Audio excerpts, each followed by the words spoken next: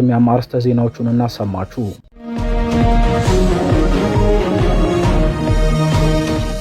በትግራይ የብልጽግና ፓርቲ የተካተተበት አዲስ የትግራይ ጊዜያዊ አስተዳደር ሊዋቀር መሆኑ ተሰማ። ብልጽግና ፓርቲ አዲስ በሚዋቀረው አስተዳደር ውስጥ የድርሻዬን እፈልጋለሁ በሚል ህወሓትን ጫና ውስጥ ለመክተት እንቅስቃሴ መጀመሩ ተገልጿል። ከቀናት በፊት ሌተናል ጀነራል ታደሰ ወረደ ወደ አዲስ አበባ አቅንተው ከጠቅላይ ሚኒስትሩ ጋር ውይይት አድርገው የነበረ ሲሆን ጠቅላይ ሚኒስትሩ አዲስ ስለሚዋቀረው ጊዜያዊ አስተዳደርና ከዚህ በኋላ በክልሉ የሚወሰኑትን ውሳኔዎች አስመልክቶ ለጀነራሉ ያቀረቡት ሐሳብ ያልተጠበቀ ሆኗል። ዝርዝሩን ይዘናል።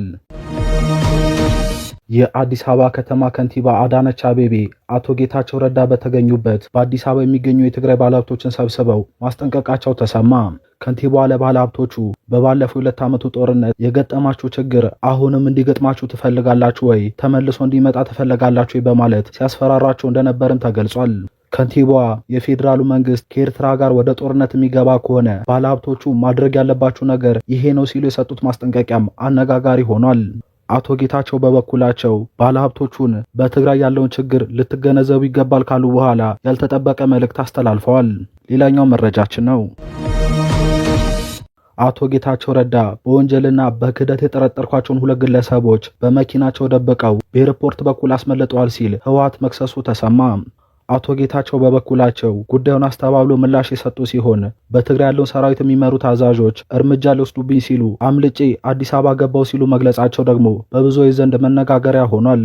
እነዛ ደረጃ ለህይወቴ የሚያሰጋ እዚህ ግባ የሚባል ነገር አለ ብዬ አስቤ አላውቅም ነበር። እንግዲህ እኔ በአጀብ ነው የምሄደው። ኬላ ሲያስቆሙ የኔ ጠባቂዎች የምን ኬላ ነው የሚል ጥያቄ ያቀረቡ።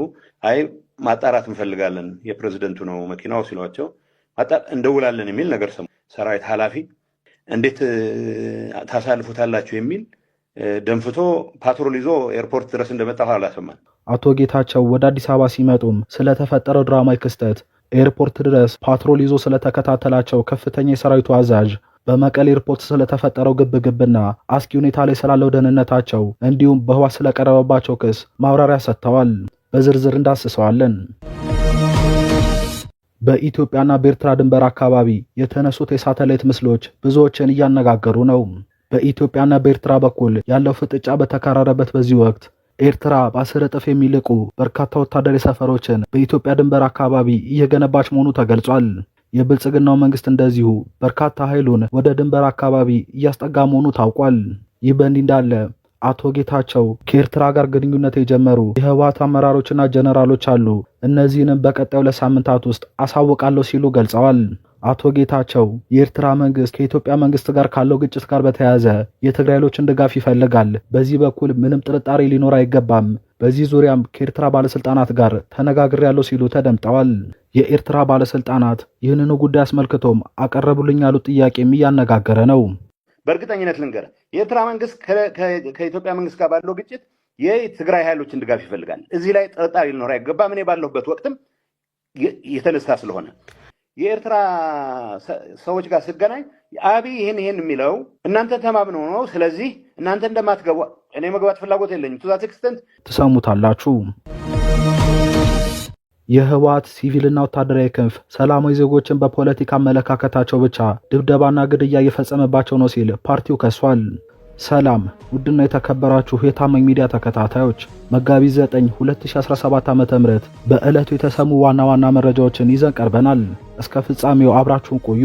ቪዲዮ ላይክ እና ሼር፣ ቻናሉንም ሰብስክራይብ እና ጆይን በማድረግ ቤተሰብ ይሁኑ እያልን ወደ መረጃው አለፍን።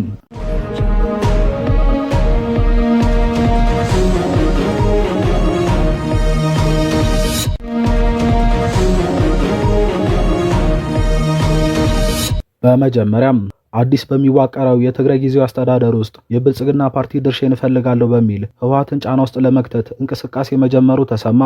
ጠቅላይ ሚኒስትር አብይ አህመድና ካቢኔያቸው አዲስ በሚዋቀረው የትግራይ ጊዜያዊ አስተዳደር ውስጥ ህወሓት 50% ድርሻ የሚያዋጣ ከሆነ ብልጽግናም 50% አዋጥቶ የጊዜያዊ አስተዳደሩ አካል ይሆናል የሚል ሐሳብ ማቅረባቸው ተገልጿል።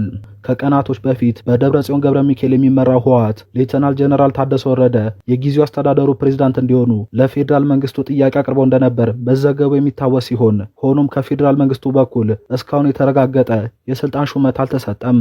ከቀናቶች በፊት ሌተናል ጀነራል ታደሰ ወረደ ወደ አዲስ አበባ አቅንተው ከጠቅላይ ሚኒስትሩ ጋር በነበራቸው ውይይት ጠቅላይ ሚኒስትሩ ለጀነራሉ በትግራይ አዲስ ጊዜያዊ አስተዳደር የሚቋቋም ከሆነ ህወሓት ግማሹን ድርሻ ይወስዳል፣ ግማሹን ደግሞ ብልጽግና ፓርቲ ይወስዳል። ውሳኔዎቹ ተፈጻሚ የሚሆኑት እኩል ድርሻ ያላቸው ሁለቱም አካላት ተስማምተው ሲወስኑ ነው የሚል ሐሳብ አቅርበው ውይይት እንዳደረጉበት ተገልጿል። በጉዳዩ ላይ ከህወሓት በኩል እስካሁን የተሰጠ ምላሽ ባይኖርም በብልጽግና ፓርቲ አባላትና ደጋፊዎች በኩል ይህ መረጃ በስፋት እየተዘዋወረ ይገኛል። ይህ በእንዲህ እንዳለ የአዲስ አበባ ከተማ ከንቲባ አዳነች አቤቤ አቶ ጌታቸው ረዳ በተገኙበት በአዲስ አበባ የሚገኙ የትግራይ ባለሀብቶችን ሰብስበው ማስጠንቀቃቸው ተሰማ። አቶ ጌታቸው ረዳ ከቀናት በፊት በሸራተን አዲስ የተለያዩ ሚዲያዎችን ጠርተው አነጋጋሪ መግለጫ ከሰጡ በኋላ በቀጣዩ ቀን የትግራይ ባለሀብቶችን ከአዲስ አበባ ከንቲባ አዳነች አቤቤ ጋር ሰብስበው ውይይት ማድረጋቸውን ለጉዳዩ ቅርበት ያላቸው የውስጥ ምንጮች ገልጸዋል። የአዲስ አበባ ከተማ ከንቲባ የሆኑት ወይዘሮ አዳነች አቤቤ ወደ 30 የሚደርሱ የትግራይ ባለሀብቶችን እንዳስጠሩና በውይይቱ ጊዜም አቶ ጌታቸው ረዳ ባሉበት ሲያስጠነቅቋቸው እንደነበር ተገልጿል። እነዚህ ባለሀብቶች በምን ምክንያት ተመርጠው ሊጠሩ እንደቻሉ ለጊዜው ያልታወቀ ሲሆን ለ2 ሰዓት በቆየ ስብሰባ ላይ ከንቲባ አዳነች አቤቤ በሰጡት ማስጠንቀቂያ በባለፈው የ2 ዓመቱ ጦርነት የገጠማችሁ ችግር አሁንም እንዲገጥማችሁ ትፈልጋላችሁ ወይ? ተመልሶ እንዲመጣ ትፈልጋላችሁ ወይ? በማለት ሲያስፈራራቸው እንደነበርና አሁን በትግራይ ያለውን ቀውስ በሚመለከት የለውጥ ኃይል ደጋፊ ነን በሚል በጌታቸው ረዳ የሚመራውን የጊዜው አስተዳደሩን እንዲደግፉና ብር በማዋጣትም አስፈላጊውን ትብብር እንዲያደርጉ ሲያሳስቧቸው እንደነበር ተገልጿል።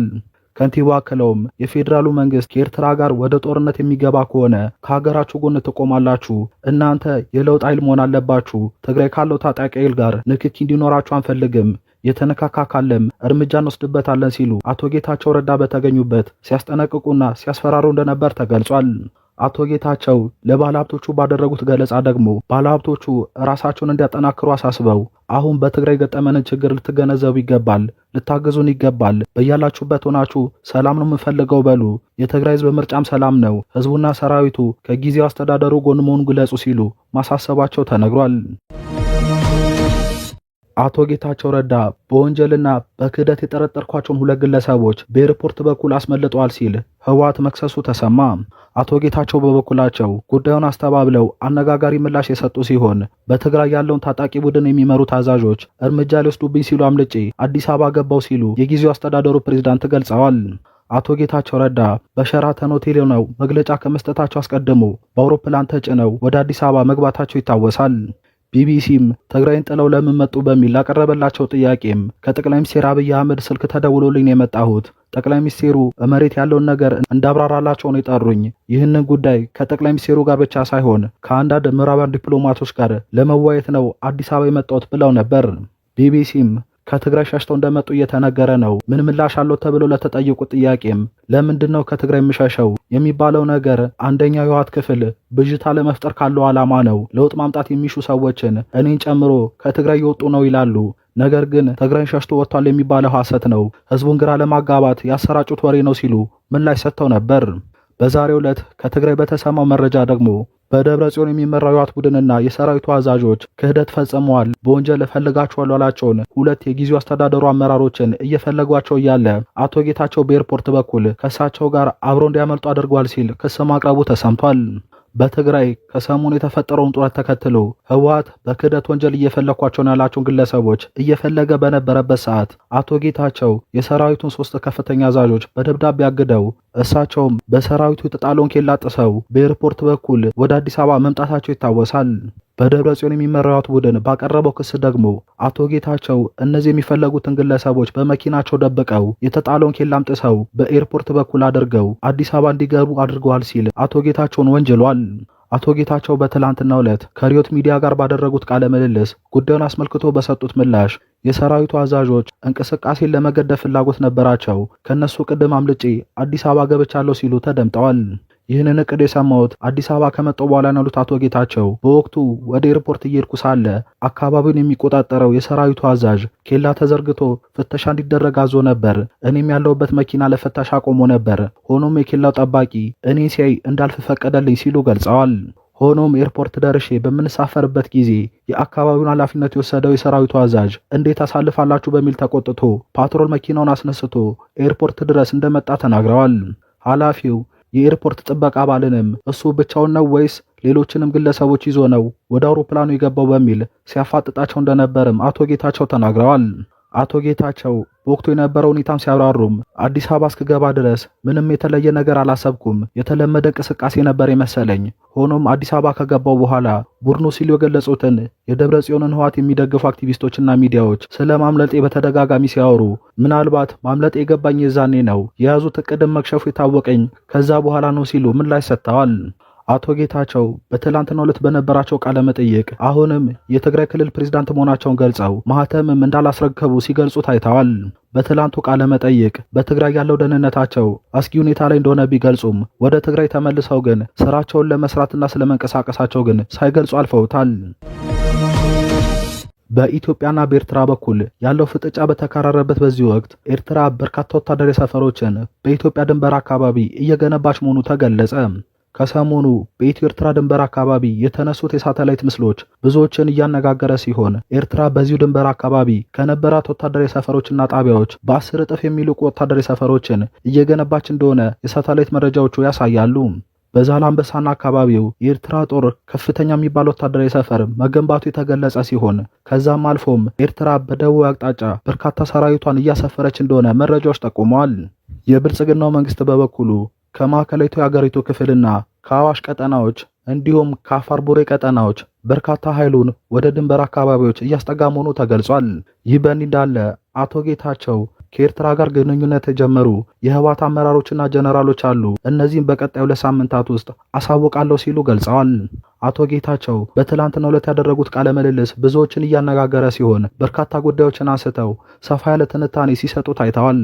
አቶ ጌታቸው በኢትዮጵያና በኤርትራ መካከል ስላለው የከረረ ሁኔታና ስላለው የጦርነት ድባብ ተጠይቀው በሰጡት ምላሽ የኤርትራ መንግስት ከኢትዮጵያ መንግስት ካለው ግጭት ጋር በተያያዘ የትግራይ ኃይሎችን ድጋፍ ይፈልጋል። በዚህ በኩል ምንም ጥርጣሬ ሊኖር አይገባም። እኔም ባለሁበት ይሄ ጉዳይ ተነስቶ ነበር ሲሉ ገልጸዋል። አቶ ጌታቸው ጉዳዩን ሲያብራሩም የኤርትራ ሰዎች እኔን አግኝተውኝ ነበር። በነበረንም ውይይት አብይ ከሰሞኑ የአሰብ ወደብ በሚል ኤርትራ ላይ የከፈተውን ዘመቻ በእናንተ ላይ ስለተማመነ ነው። እናንተ ከአብይ ጋር ሆናችሁ ተሰልፋችሁ ኤርትራን ለመውጋት ዝግጅት እያደረጋችሁ ነው። እናንተ እንደማትገቡ ማረጋገጫ ስጠን ሲሉ ጠይቀውኝ ነበር። እኔ ግን ዳግም የትግራይን ህዝብ የጦርነት አውድማ ማድረግ አልፈልግም ብዬ ምላሽ ሰጥቻለሁ። ጉዳዩን በወቅቱ ስላልተካረረ በዛው አልፈነው ነበር ሲሉ ተደምጠዋል። ሆኖም በፌዴራል መንግስቱና በኤርትራ በኩል ያለው ፍጥጫ እየተካረረ ሲሄድ በህወሓት ውስጥ ያሉ አንዳንድ አመራሮችና የሰራዊቱ አዛዦች ሌሎች ሐሳቦችን ማሰብ ጀመሩ። የኢትዮጵያ መንግስት የተዳከመ ስለሆነ ከኤርትራ ጋር ተጋግዘን ከፋኖ ኃይሎችም ጋር ተጋግዘን አብይን ማስወገድ እንችላለን ብለው በአደባባይ መወያየት ጀመሩ ሲሉ ከሰዋል። አቶ ጌታቸው ይህንን ሐሳብ እንደማይቀበሉት ገልጸው ፋኖም ኤርትራም ከአብይ ጋር ያላቸው ጠብ ከትግራይ ያላቸው ግንኙነት የፕሪቶሪያው ስምምነት ስላስቆመው አያዋጣንም ሲሉ መልሰዋል። አቶ ጌታቸው ከኤርትራ ጋር ግንኙነት ያላቸው የህወሓት አመራሮችና ጀነራሎች አሉ ብለህ ተናግረ ነበር። እነ ደብረ ጽዮንም የክልሉ ሰላምና ጸጥታ ቢሮም ምንም ግንኙነት ከኤርትራ ጋር እንደሌላቸው ገልጸዋል። አንተ ማስረጃ ምንድነው? ስማቸውን ጥቀስ በሚል ለቀረበላቸው ጥያቄ በሰጡት ምላሽ ደግሞ እኔ 2-3 ብዬ ስማቸውን ልጠቅስልህ እችላለሁ። ሻዕቢያ ጋር ሙሉ እምነት አላቸው። ፍርድ ቤት ነው ብዬ በአሁኑ ሰዓት ግን ልጠቅስልህ አልችልም። ማስረጃውን ማቅረብ ባለብኝ ሰዓት አቀርባለሁ። እኔ ብቻ ሳልሆን ሌሎች አንዳንድ ሰዎችም መረጃው አላቸው። በ1-2 ሳምንት ውስጥ ልገልጽልህ እችላለሁ ሲሉ ምላሽ ሰጥተዋል። የአማራ ፋኖ ወሎ ዕዝ የስያሜ ለውጥ ማድረጉን አሳወቀ። የአማራ ፋኖ ህዝባዊ ድርጅት አካል የሆነው የአማራ ፋኖ ወሎ ዕዝ የስያሜ ለውጥ ማድረጉን ለጣና ሳተላይት ቴሌቪዥን በላከው ማብራሪያ አሳውቋል። እዙ ለጣቢያችን በላከው የወቅታዊ ጉዳይ ማብራሪያ ከዚህ ቀደም የአማራ ፋኖ ወሎ ዕዝ በሚል ይጠራ የነበረበትን ስያሜ የአማራ ፋኖ ወሎ ቤተ አማራ ጠቅላይ ግዛት ዕዝ በሚል አዲስ መጠሪያ መተካቱን ይፋ አድርጓል። እዙ በአዲሱ ስያሜው መሰረት ሙሉ መጠሪያው የአማራ ፋኖ ህዝባዊ ድርጅት ወሎ ቤተ አማራ ጠቅላይ ግዛት ዕዝ የሚል እንደሆነ አሳውቋል። እዙ አሁን ላይ በደረሰበት የሰው ኃይልና የአደረጃጀት ቁመና መሰረት 3 ኮሮች ያሉት ሲሆን በስም ደረጃ ቤተ አማራ ኮር፣ ንጉስ ሚካኤል ኮርና መከት ኮር በመባል ይታወቃሉ። የእነዚህ 3 ክፍለ ጦሮች ከፍተኛ አመራሮችና በየክፍለ ጦሩና አህዱ ያለው ሰራዊቱ በጋራ ባቀረቡት የስያሜ ለውጥ ጥያቄ መሰረት የእዙ ስራ አስፈጻሚ ተወያይቶ አዲሱን ስያሜ በሙሉ ድምፅ እንዳጸደቀው ለጣቢያችን በላከው ማብራሪያ አመላክቷል። የወሎ ቤተ አማራ ግንባር ዘጋቢያችን ባደረሰን መረጃ መሰረት ወሎ ዕዝ በዛሬው ዕለት የስም ለውጥ አድርጓል። የስም ለውጡም እስከዛሬ ይጠራበት የነበረው የአማራ ፋኖ ህዝባዊ ድርጅት ወሎ ዕዝ የነበረውን የአማራ ፋኖ ህዝባዊ ድርጅት ወሎ ቤተ አማራ ጠቅላይ ግዛት እዝ ወደሚለው ተቀይሯል። ስም የተቀየረበት ምክንያትም አጠቃላይ በስሩ የሚገኙ 3 ኮሮች ማለትም በምዕራብ ወሎ የሚንቀሳቀሰው የንጉስ ሚካኤል ኮር፣ መክት ኮር እንዲሁም አማራ ኮር በጋራ በመሆን የስም ይቀየርና እንደዚሁም ስምምነት በማድረጋቸው ነው። ከስም ከመቀየሩን ባሻገር አጠቃላይ አደራጀቶቹ እንደገና ተሰርተዋል። አጠቃላይ እዙ ኮሎኔል ፈንታ ሙሀባን ወታደራዊ አዛዥና እንዲሁም አጠቃላይ አድርጎ ሹሟል። ሌሎች አደራጀቶችንም እየተሰሩ ይገኛሉ። እንደ አጠቃላይ በዛሬው ዕለት የተከናወኑ ስራዎች እንደዚህ ናቸው። በመጨረሻም በአደራጀቱ መጨረሻ ላይ የተከበሩ ኮሎኔል ፈንታ ሙሀባ ንግግር አድርገዋል። አጠቃላይ መልእክትም አስተላልፈዋል። የአማራ ፋኖ ህዝባዊ ድርጅት ወሎ ቤተ አማራ ጠቅላይ ግዛት እዝ ዋና አዛዥ ኮሎኔል ፈንታው ሙሀባው ለሰራዊቱ ከፍተኛ አመራሮች ባደረጉት ንግግር ከፍተኛ የሆነ የህዝብ ድጋፍ አለን። በ2 ዓመት ትግላችን በሰው ኃይልና በአደረጃጀት ከፍተኛ ለውጥ አምጥተናል። የሰራዊታችንን የማድረግ አቅም ከዚህ በላይ ማሳደግ አለብን። የማይደፈር የሚመስለውን መድፈርና በድል መራመድ የቻለ ሰራዊት ገንብተናል። አሁን ካለው በላይ ክፍለ ጦሮችን እናበዛለን፣ ኮሮችንም እናበዛለን። ትግሉ የሁሉንም ርብርብ ይጠይቃል። አንድነት ኃይላችን ነው ብለዋል። በቃ ሁሉም በገባው ልክ ፋኖ ነው የሚለው። ስለዚህ እኛውን ድጋፋችን በጣም ከፍተኛ ነው ማለት ነው። ይህን ድጋፋችንን የበለጠ አጠናክረን መቀጠል አለብን። የማድረግ አቅማችን መጠንከር አለበት። የማስፈጸም አቅማችን አሁን ካለው በላይ ማደግ መጠንከር መቻል አለበት። በእርግጠኝነት በ2 ዓመት ውስጥ ባደረግነው ትግል ከፍተኛ ለውጥ ያመጣ ነው። በሰው ኃይልም በተኩስ ኃይልም በማቴሪያልም በማድረግና በማስፈጸም ከፍተኛ ለውጥ ያመጣ ነው። ይሄንን አጠናክረን መቀጠል አለብን። ይሄ ለውጥ የመጣው ይሄ እድገት የመጣው ዝም ብሎ አይደለም። ጥላቶቻችን እንደሚሉት አይደለም፣ እንደሚዋሩት አይደለም። የትግልም ጀማሪም ይሄ ኃይል ነው።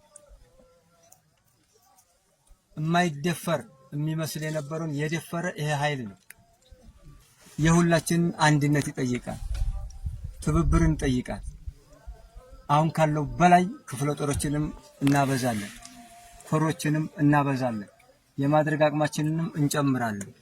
ስለዚህ በርቱ፣ ጠንክሩ። ሁላችንም እንኳን ደስ አለን። አመሰግናለሁ። የአማራ ፋኖ ወሎ ቤተ አማራ ጠቅላይ ግዛት እዝ የሰራዊት ግንባታውን አጠናክሮ የቀጠለ ሲሆን እየተዋጋን እንሰለጥናለን፣ እየሰለጠን እንዋጋለን በሚለው የትግሉ መርህ መሰረት በቅርቡ የፋኖ አባላትን አሰልጥኖ ማስመረቁ ይታወሳል። እዙ በጦር ጠበብቱ ኮሎኔል ፈንታው ሙሀባ እየተመራ ሰራዊቱን በወታደራዊ ሳይንስ በትግሉ አካላዊና አእምሯዊ ዝግጁነት ላይ ያተኮረ የተግባርና የጽንሰ ሐሳብ ስልጠናዎችን በመስጠት ይታወቃል። የአማራ ፋኖ ትግል በዓላማ ዲሲፕሊንና በወታደራዊ ሳይንስ የታነጸ የሰራዊት ግንባታ እንዲፈጠር እዙ ባስቀመጠው አቅጣጫ መሰረት የሰራዊት ግንባታውንና የአደረጃጀት ማሻሻያዎችን አጠናክሮ እንደቀጠለ መሆኑን የእዙ ቃል አቀባይ ክፍል ለጣቢያችን በላከው ማብራሪያ አሳውቋል።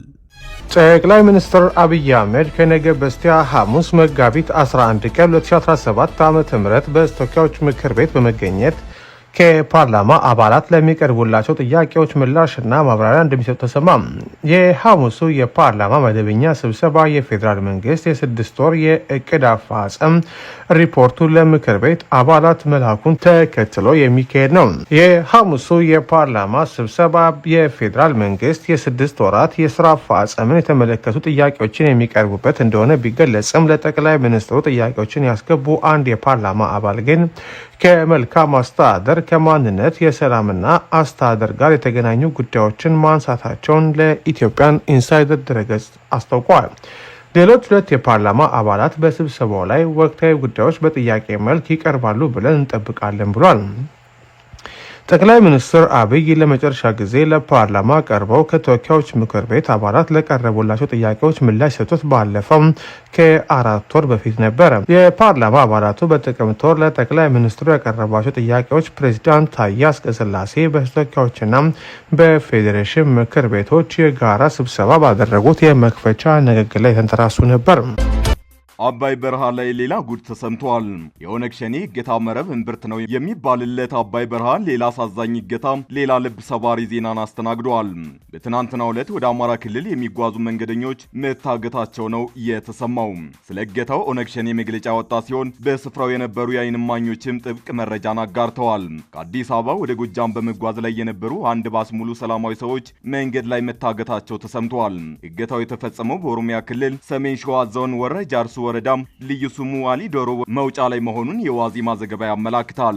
እገታው የተፈጸመው በተጠቀሰው ስፍራ ላይ አድፍጠው በነበሩ ታጣቂዎች መሆኑን የተገለጸ ሲሆን እገታው ቀን በቀን የተፈጸመ ነው ተብሏል። ታጣቂዎቹ ትናንት ሰኞ መጋቢት 8 ቀን 2017 ዓ.ም እኩለ ቀን ላይ የአንድ የህዝብ ማመላለሻ አውቶቡስ ተሳፋሪዎችን በሙሉ አፍነው መውሰዳቸውን ዘገባው አመላክቷል። ታጣቂዎቹ እገታውን የፈጸሙት ከአዲስ አበባ ወደ አማራ ክልል ጎጃም ሲጓዝ በነበረ ፈለገ ጊዮን በተሰኘም የህዝብ ማመላለሻ አውቶቡስ ተጓዦች ላይ እንደሆነም የዋዜማ ምንጮች ተናግረዋል።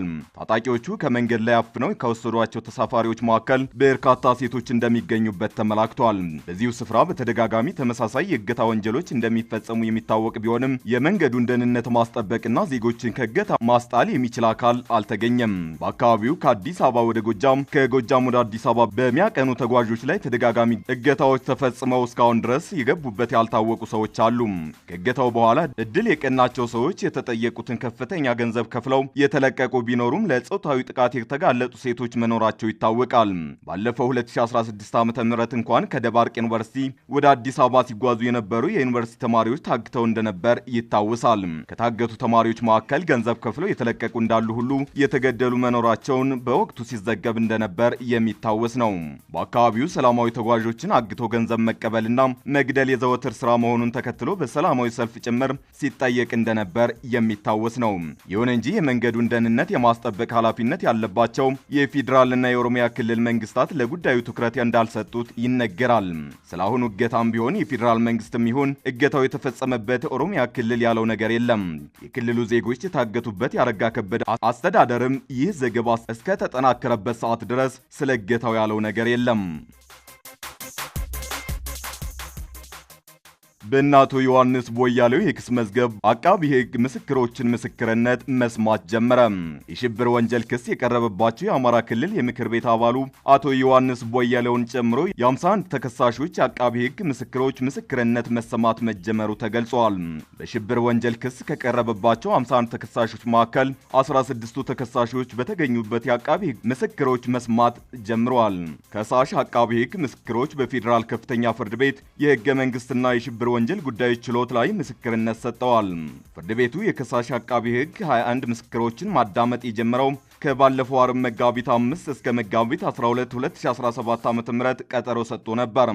ይሁን እንጂ ባለፈው አርብ ሁሉም ተከሳሾች ፍርድ ቤት መቅረብ ባለመቻላቸው ምክንያት ሂደቱ ከትናንት መጋቢት 8 ቀን 2017 ዓ.ም ጀምሮ እንዲቀጥል መወሰኑንና ትናንት መጀመሩ ታውቋል። አቃቢ ሕግ ያቀረባቸውን ምስክሮች የመንግስት የጸጥታ ኃይሎች እንደሚገኙበት ከተከሳሾች ጠበቆች መካከል አንዱ የሆኑት አቶ ሰለሞን ገዛኸኝ አስታውቀዋል። ትናንት በነበረው ምስክሮችን የማሰማት ሂደት አቃቢ ሕግ የአራት ምስክሮችን ቃል ለማሰማት ከችሎቱ እንደተፈቀደለት አቶ ሰለሞን አመላክተዋል። በመጀመሪያው ቀን ምስክርነት የማሰማት ሂደት አቃቢ ሕግ ከባህር ዳር ከተማ ያስመጣውን የፌዴራል ፖሊስ አባልን ምስክርነት ማሰማቱን ጠበቃው ጠቁመዋል። መስካሪው የፌዴራል ፖሊስ አባል ላይ ስለደረሰው ጉዳት የምስክር ቃሉን የሰጠ ሲሆን ከተከሳሾች ጠበቆች መስቀለኛ ጥያቄዎች ቀርበውለት ምላሽ መስጠቱንም አቶ ሰለሞን ገልጸዋል። በእነ ክርስቲያን ታደለ ላይ እስከ ቀጣይ አርብ ድረስ የሚሰማቸው የከሳሽ አቃቢ ሕግ ምስክሮች ቃል ቀጣዩን የፍርድ ቤት ሂደት የሚያጤነው እንደሚሆንም ይጠበቃል። ከ2 ዓመት ገደማ በኋላ በቀረበባቸው ክስ ላይ የምስክር ቃል መስማት የጀመሩት ተከሳሾች በሚያቀርቡት መከራከሪያና የፍርድ ቤቱ ውሳኔ ተጠባቂ ነው። የእምነት ቃላቸውን ከዚህ በፊት በችሎቱ የሰጡት 16ቱም ተከሳሾች በአቃቢ ሕግ የተመሰረተብን ክስ የሐሰት ነው፣ ወንጀሉንም አልፈጸምንም ሲሉ መከራከራቸው ይታወሳል። ከፋኖ እንቅስቃሴ ጋር በተያያዘ 2 ዓመት ገደማ በስር ላይ የሚገኙ የአማራ ፖለቲከኞች ገዢው መንግስት በማንነታችን ምክንያት የፖለቲከኛ እስረኛ አድርጎናል ሲሉ ተከራክረዋል። ጥር 29 ቀን 2017 ዓ.ም በዋለው ችሎት የእምነት ክህደት ቃላቸውን የሰጡ የአማራ ክልል ምክር ቤት አባል የሆኑት አቶ ዮሐንስ ቦያሌው የሽብር ቡድን አመራር በመሆን በማደራጀት ስትራቴጂ ሰነድ በማዘጋጀትና ጽንፈኛ የሆነውን ፋኖን በመምራት የሽብር ወንጀል ፈጽሟል የሚሉ ክሶች በፈጠራ የተሞሉ ናቸው፣ መረጃ አልባና ከእውነት የራቀ ነው ሲሉ ቃላቸውን መስጠታቸው ይታወሳል። በተመሳሳይ የህዝብ ተወካዮች ምክር ቤት አባሉ አቶ ክርስቲያን ታደለ የቀረበባቸውን ክስ አስተባብለው የአማራ ህዝብ የሚያነሳቸውን የህልውና ጥያቄዎች በይፋ በማቅረቤ በህዝቤ ላይ የሚደርሰውን ግፍና በደል በማስረጃ በመሞገቴ ለስር ተዳርጌያለሁ በማለት መከራከራቸው ይታወሳል።